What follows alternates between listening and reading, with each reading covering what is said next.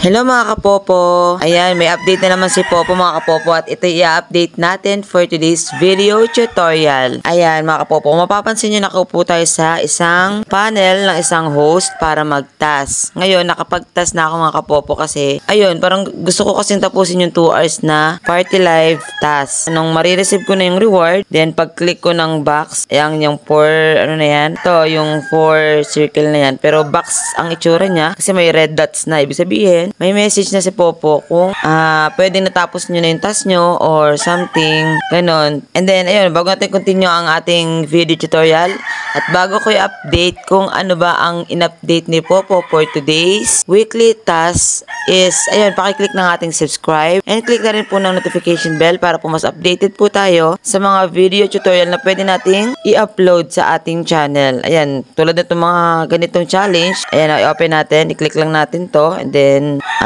huwag na muna natin i-buksan yung message. Dito na tayo sa ating reward. Ayan, click lang natin rewards mga kapopo para makita natin yung task na sinasabi ko. Ayan, mapapansin nyo may bago na may itsura. Ayan, yung super party time. Ayan. Nakalagay po dito mga kapopo is only one of them can be selected to receive.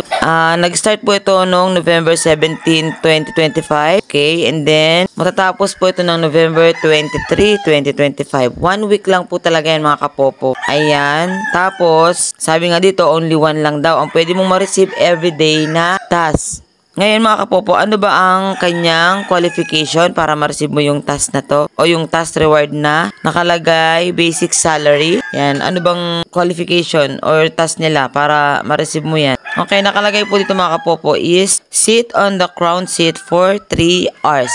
Ibig sabihin 3 hours, meaning 180 minutes mga kapopo. Uupo daw tayo sa crown seat. Ngayon, kung gusto nyo na i-select yung 200 points lang na basic salary, is kailangan nyo lang daw umupo sa party live ng 3 hours. Yun lang, 3 hours lang. Walang anything na dapat nyong gawin. 3 hours ka lang uupo sa party live. And then, kung gusto nyo naman daw ng 600 points na basic salary na ma-receive na reward is, nakalagay dito, sit on the crown seat for 3 hours with daily income 50. Ibig sabihin, kailangan daw umupo tayo ng 3 hours sa party live at dapat daw makareceive tayo ng 50 points or dapat makareceive tayo ng gift na makakareceive tayo ng worth 50 points. Napakadali lang yung mga kapopo.